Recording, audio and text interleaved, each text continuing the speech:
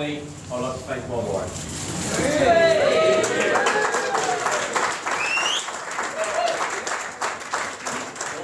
That does sound pretty amazing, do you know what I think? I'm sure you'll agree, she looked absolutely beautiful down the aisle today. And I know it sounds really cheesy, but you generally did blow me away with my socks off my sleeve. And the priest really mean he wouldn't let me look behind until the very last second, and when I did, it was just phenomenal. I couldn't believe it. You really did set my breath away. I met Katie at a bar, and admittedly, no, there's nothing original about that.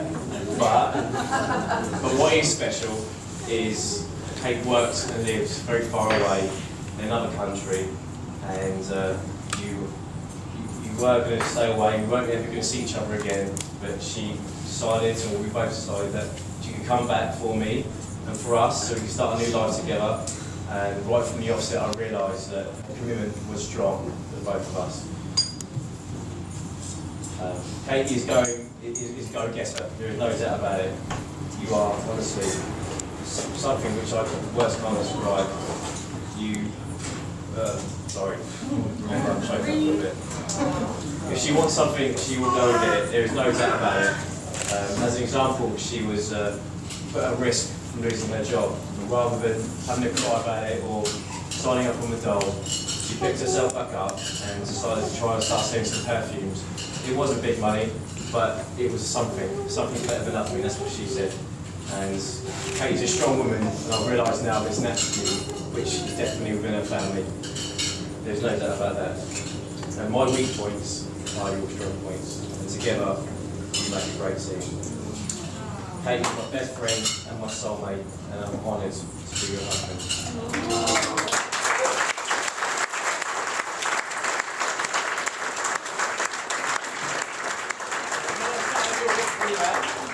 If you wouldn't mind standing again one last time and raising your glasses to my new wife.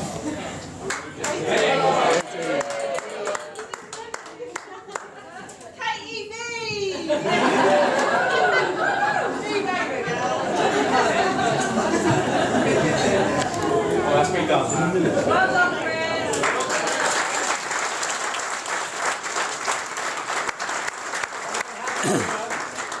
Farrell, my best man.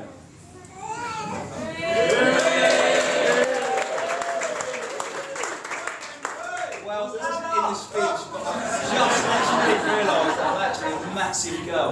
Because you've got me welled up through that. That was an awesome speech, wasn't it? I want to hand out to Chris one more time.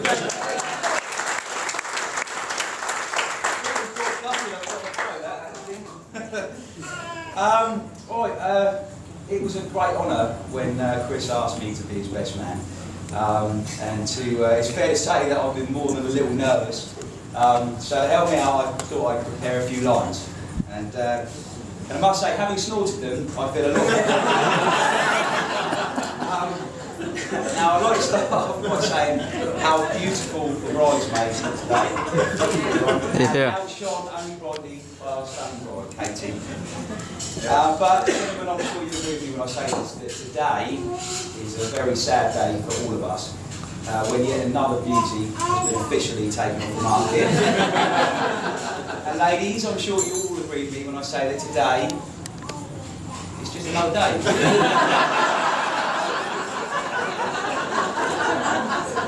Now, this is the second time I've been the best man. I feel the first time went quite well. The bride and groom are at least still speaking to me. They're not speaking to each other, unfortunately. Divorce papers came through a couple of weeks ago. But I'm assured that wasn't my fault. Apparently the bride knew the former step of his sister before I mentioned it in my speech. The fact that he stayed with the mother, but there we go, they've moved on. So in light of that, this time I thought I'd look to the internet for a bit of help. So I went onto the internet, I was on there for quite a few hours. And I have to say, I found some really good stuff. Then I remembered I was supposed to be looking for speech ideas. So I looked up Chris, and Chris was born on the 6th of May 1982, a full 20 days before me. And I tried to link that to some other important event in history, but it just appears that nothing else interesting happened.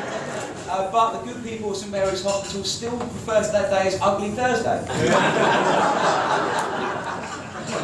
A couple of little facts for you.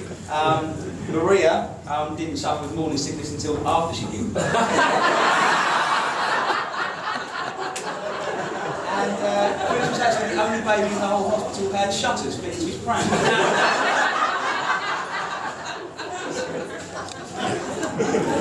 Now, Chris was a bit of a slow starter in life. I mean, even at playgroup, he wasn't quite like all the other 4-year-olds. He was 11.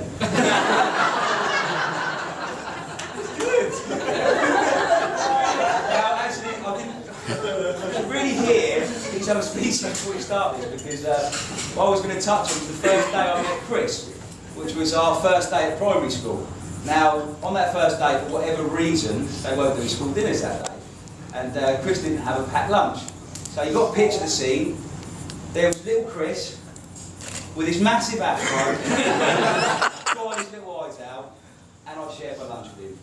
And they say the way to a man's heart is through his stomach, and I think this is proof of that, because we've been best mates ever since. So that's quite good. Now, I want to touch on Chris's love life. I don't want to go too far into it, but I can say to you the start of Chris's love life, where he first cut a woman's boob, smacked a child in the black room at Oakland School. But I don't want to delve too deep into that. But what I do want to talk about is Chris's skills in pulling women. Now, I'm sure you'll all agree Chris is quite a good-looking bloke, and he fancied himself a bit of a player. Now, he had the looks. Unfortunately for Chris, what he lacked was the skills. So we all used to enjoy watching Chris as he went through his pulling techniques and adapting his skills. For example, Chris started off by walking over to girls and asking them if he could buy them a drink. Now, it's quite logical, I'm sure you'll agree, it's quite gentlemanly, but in my experience, and some of you might agree with me, that most girls in Portsmouth, if you offer to buy them a drink, inevitably they will say yes. Chris has bought him several drinks and he sat there. He's a bit gutted when they turn around and say, thanks for the drinks, I've got to go, I'm going to meet my boyfriend. Chris, undeterred, decided to take this knowledge and adapt it in his skills. Okay, so he realised the first thing he had to do was ascertain whether they had a boyfriend or not. Now, most people would probably start a conversation with a girl and drop it in there somewhere, but not Chris. No, that was his opening line. So he went straight over to a group of 3 girls and say, have you got a boyfriend? Yes. Have you got a boyfriend? Yes. Have you got a boyfriend? No. Could I buy a drink?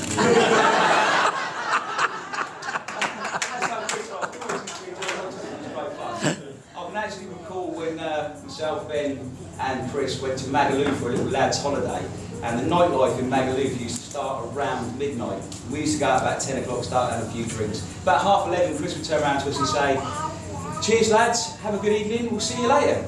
And he would be off. We wouldn't see him until the next morning, so he literally would go off on his own. And on a couple of occasions he was woken up by police officers where he was sound asleep on a sunbed in the middle of a beach somewhere. So, good times. But obviously eventually he met Kate, and I can only presume that when he met Kate, Kate must have answered correctly to a series of questions. Skills that he adapted over the years and extensive research.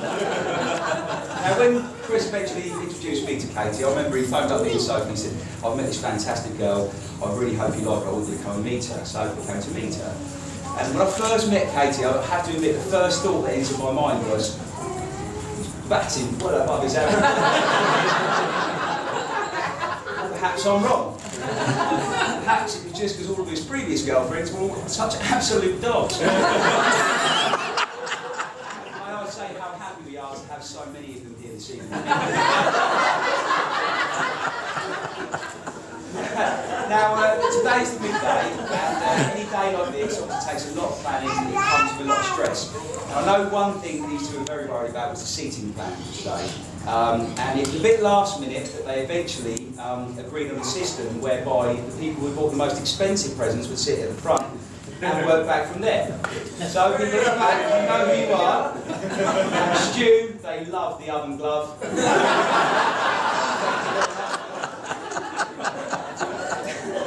Now, I'm not married myself, but but I have been with my beautiful fiancée Sophie for 10 years now. So I feel, as best man, I should probably impart a little bit of marital advice. So, I mean, here's one thing me and Sophie do. We never go to bed. We never go to bed angry.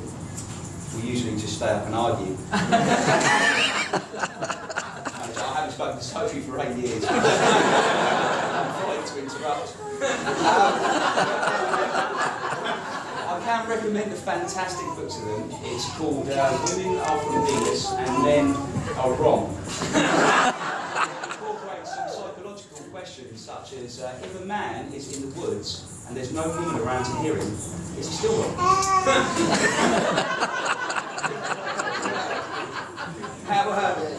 I mentioned at the beginning of the speech I was a little bit nervous, and I wasn't lying about that. If anything, I feel like I've been on trial a bit here today, because Chris said to me that if I did a good job today, then I could be best man at his next wedding. Hopefully I've done a good job. On a serious note, Chris has been my best mate for as long as I can remember, and we are truly two of the nicest people I've ever had the privilege of knowing. And I'd just like to throw out there that me and Chris have got a really tight-knit group of friends, and I know if it was Chris's way, he'd probably have about 5 or 6 people stood up here today, and they're all at the back over there. So, on that note, if you could all be standing, may they have a long and happy marriage to the bride and groom. Bride and groom. Cheers.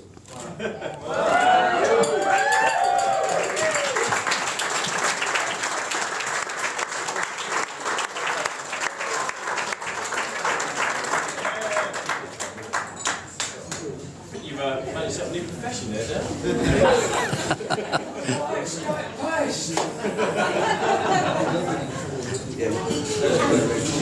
That's your job now. Oh. Speeches are over.